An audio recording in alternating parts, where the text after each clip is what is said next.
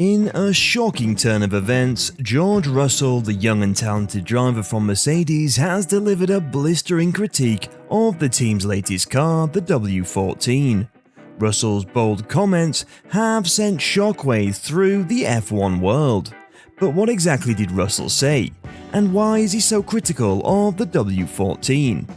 We'll explore all the juicy details and dig deep into the possible changes Mercedes might need to make to get back on top, so stay tuned. George Russell lost his cool with Mercedes engineers as he accused them of allowing Lewis Hamilton to attack at the Australian Grand Prix. Russell had slipped past Max Verstappen at the start of the race, with Hamilton getting through the Dutchman 2 corners later. The former Williams driver had pulled out an advantage but lost his gap after an early safety car to recover the stricken Charles Leclerc. But at the restart, Russell was unable to pull away from Hamilton and Verstappen as he battled to hold on to the lead. It led the 25-year-old to lose his temper when mechanics urged him to slow down in a likely bid to save his tyres. Raging over the team radio, Russell moaned, "You're asking me to manage and I'm being attacked by my teammate." However, Russell was demoted to P7 moments later after he was caught out by Alex Albon's crash.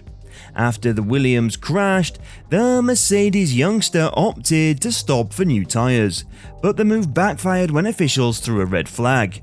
It allowed Hamilton and Verstappen to change tyres for free, with Mercedes boss Toto Wolff apologising to his protege. At the retreat, Russell made up positions in a bid to reach the front but suffered a mechanical failure a handful of laps later. His W14 burst into flames on the front straight with Mercedes after confirming the issue was a power unit failure. After the race, he explained, "We did everything right this weekend. We had a great qualifying yesterday, and today the start was perfect. We managed the first stint well, and I could have extended it quite a lot more. I felt comfortable and strong in the car on all 3 days. I see no reason why we couldn't have fought for victory today, so it's disappointing. As soon as I came through the high-speed turn 10, I felt something go. 3 corners later, I was stopped. When it's not your day, it's not your day." However, Mercedes appeared to take a major step forward in Melbourne, with the duo lining up P2 and P3 after qualifying. The duo were still around 3/10 slower than Verstappen, but appeared comfortably ahead of Aston Martin and Ferrari. Russell added, "We've still got a lot of work to do to catch Red Bull, but we can take the positives from this weekend.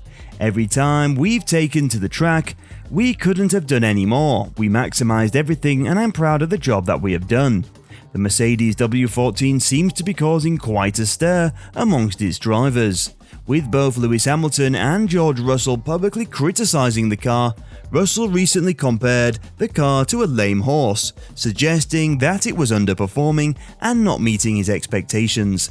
This comes on the heels of Hamilton's comments last month, where he accused the team of not listening to his input on the design of the car. The 7-time world champion later expressed his frustration with the car, saying that he feels no connection with it and that his seating position is too far forward. Despite these complaints, Mercedes team principal Toto Wolff remains optimistic and has vowed to address the issues raised by his drivers. In response to Hamilton's seating positions concerns, Wolff promised to work on a solution to make the car more comfortable for the British driver. He also sent a message to his staff urging them to take on board the driver's feedback and work towards improving the car's performance.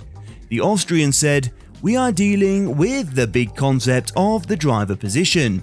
That is obviously one of the most important things. It's about where the driver has the best feeling in the car, which is something Lewis expresses very clearly.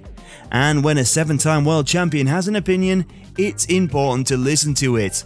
When George Russell made the jump from Williams to Mercedes last year, many fans and experts expected that he would be fighting for regular race wins and potentially even the championship.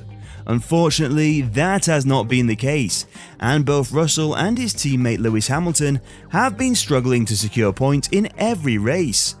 The hope was that Mercedes' W14 would provide the team with the machine they needed to return to the front of the grid, but it seems that it has yet to live up to expectations. Russell has likened the experience of getting used to the car to a horse getting used to a new rider, suggesting that the team is grappling with the car's design and performance. He said, "It is comparable to riding a horse. A Mercedes is a faster horse than a Williams, but it's not just about speed. Riding a horse from A to B and it doesn't zig is like sitting in a Formula 1 car that suits your driving style. One merges into another. At the moment, however, we have a lame horse.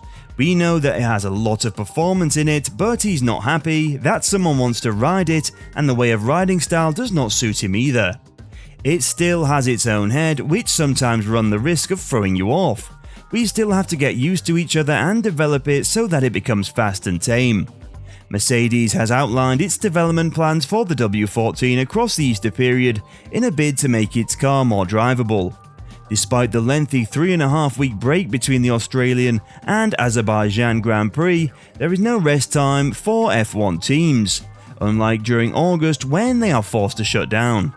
The original F1 calendar had the Chinese Grand Prix scheduled for mid-April, but its cancellation due to ongoing COVID concerns has afforded the team an opportunity to add performance to their cars ahead of the sport's return on April 28th to the 30th in Baku. Mercedes in particular now feels it has started to make gains with the W14 following a poor start to the season in Bahrain, where team principal Toto Wolff was set to almost write off the season after qualifying.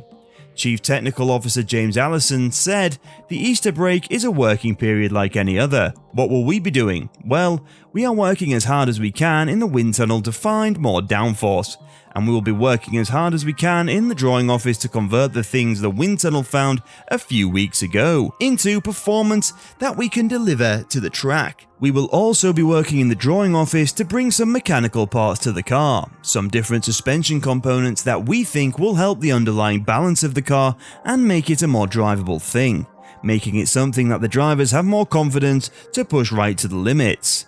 And we will be working on the normal sort of simulation loop and routine that allows us to prepare for the race weekends that are upcoming, making sure that we land the car in the right place when we get to the race, and that will be a big deal in Baku." Can Mercedes still challenge Red Bull? After Max Verstappen headed a dominant Red Bull 1-2 over Sergio Perez in the season-opening Bahrain Grand Prix, while Mercedes chalked 5th and 7th place, Russell said that he expected the Milton Keynes team to win every single race this season. But Mercedes enjoyed a notable jump in performance in Australia after using practice to refine suspension setup in a bid to make up for lost time to a poor correlation between computer simulations and the car's real-world handling. Russell and Lewis Hamilton qualified 2nd and 3rd behind Verstappen, and both enjoyed spells leading the race before a power unit failure eliminated the former as Hamilton finished runner-up. While Red Bull was not as dominant as it had been in Bahrain and Saudi Arabia, the stronger Mercedes showing the Melbourne left Russell to re-evaluate his comments that the defending Constructors' champion would win every race. He said of his original claim, "Obviously, after a frustrating qualifying like the one we had in Bahrain, you say some things in the heat of the moment. I do still think Red Bull are a class ahead of everyone else, and for sure Lewis and I got the most out of it on Saturday in Australia." By the sounds of what Max is saying, there was probably still a little bit more in the locker for Red Bull. We're talking about 3/10, which is a little bit. Normally, they're a second ahead, now they're 3/10 ahead. That's still a huge amount in the world of F1. Now it's your turn. Do you believe that Mercedes' upgrade will give them a chance to challenge Red Bull? Let us know what you think in the comment section below. That will be all for today's video. Thanks for staying tuned. Please don't forget to hit the subscribe button and notification bell so that you can always get to watch more videos like this. See you in the next video.